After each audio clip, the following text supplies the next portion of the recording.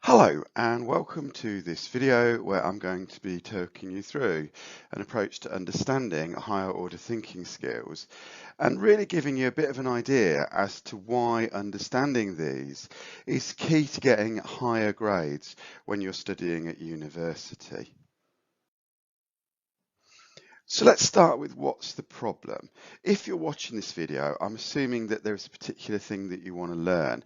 And here's my guess that when you get the feedback on your assignments, my guess is that you're getting comments a bit like this. You're being told that your writing is too descriptive, that you need to analyze more, or that you must be more critical. And this is what you're being told is the problem, and that's really what this video is here to help you solve that problem. So, what's the solution? How do we solve this problem? And in a phrase, the solution to this problem is higher order thinking skills. And it's helpful perhaps just at the beginning of this video to give you an overall graphic of what I mean by higher order thinking skills. So they can be represented like this. So we've got three kind of basic levels, starting with remembering, understanding, and then applying. And they're the underlying thinking skills. And then we've got analyzing, evaluating, and creating as the higher order thinking skills. But what does that mean?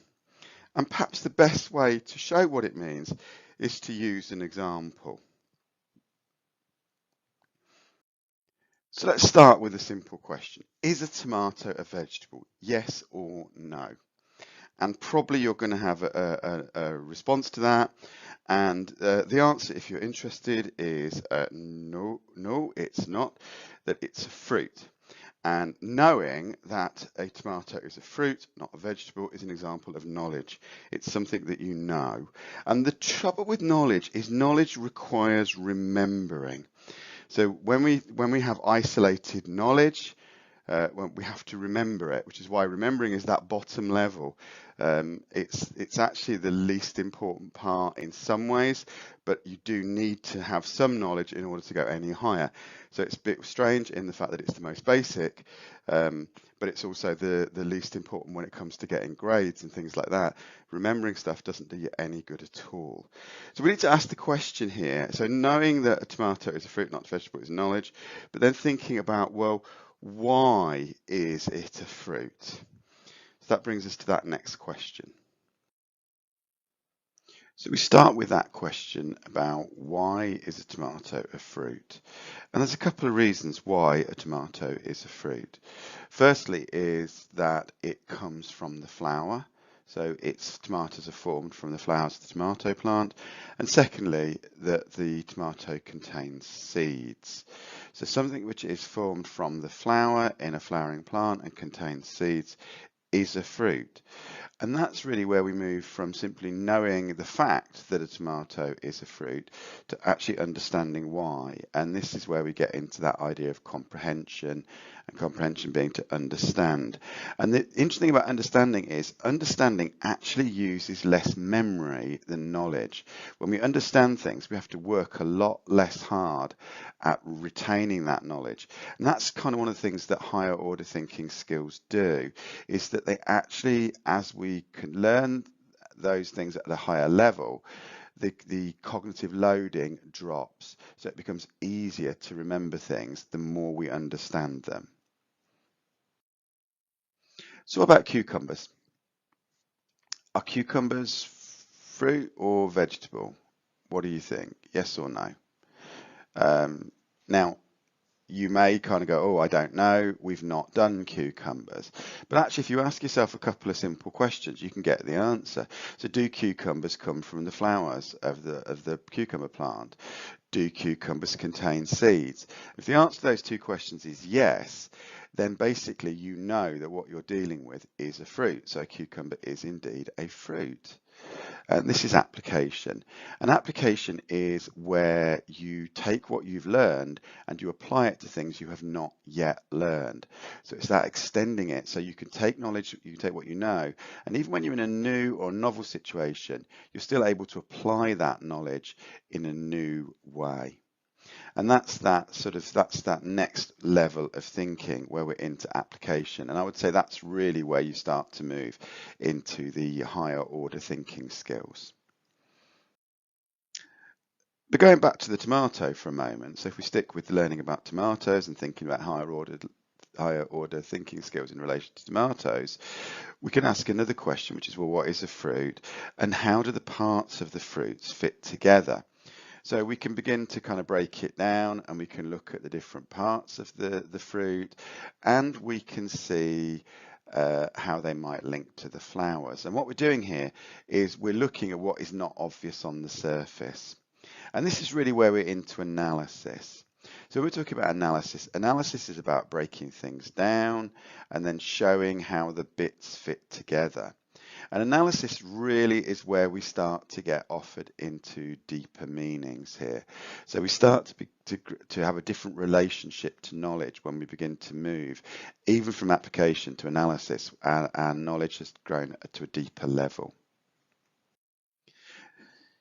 Do tomatoes go in fruit salads? If they're a fruit, surely you can put them in a fruit salad. Yes or no? Well, why? Why not? And this is where we start to evaluate knowledge, because what we can see here is that there are botanical fruits, but there are culinary vegetables. So we're beginning to evaluate knowledge. We're beginning to ask ourselves, well, how accurate is this knowledge? How useful is it? You know, if you're a botanist, then a botanical understanding of what a fruit is quite helpful when it comes to classifying things. But if you're a chef, you need a different kind of knowledge. And so this is really when we're into evaluation. We're saying, well, how good, how reliable, how useful is this information? How well does it solve the problem that I need this knowledge to solve? Because remember, we're not into knowledge for knowledge's sake. We're into knowledge to solve real world problems. So we're talking about how good is the knowledge here. And then finally, we can ask the question, well, why not put tomatoes in a fruit salad? What if we could create a sweeter tomato? What if we grew tomatoes with thinner skins? What if we changed the taste or the texture of the tomato? We could create a whole new tomato, and there'd be no reason why that couldn't go into a fruit salad and be perfectly acceptable. If you think about, I mentioned in the previous slide about chefs, and this is one of the things that chefs will do, is chefs will find ways to take existing knowledge and create new things from it. And this is more generally, we can apply this to how we innovate new knowledge from the old, how we can draw from it and we create something that no one has thought of before. And this really is where we move into the higher order thinking skills. This is perhaps the very top of it. And we work towards that. Now, actually, I think anybody can be creative, anybody can be innovative with their knowledge. And that's really what you're aiming to do, is to kind of think thoughts you have never thought before, and potentially even think thoughts that no one else has thought before. So let's have a recap on higher order thinking skills. I mean, the first thing we say, and I perhaps should have said this right at the beginning of the video, is that higher order thinking skills are skills, and as such, they are perfectly learnable. This is not some weird, strange type of knowledge that is only accessible to the few. This is skills that any learner can develop, but it takes practice and feedback. This kind of thinking, this higher order thinking, they don't come naturally to us as human beings. We have to practice, we have to get feedback. And we have to acknowledge that developing higher order thinking skills in the short term is painful, but in the long term gives us great gains.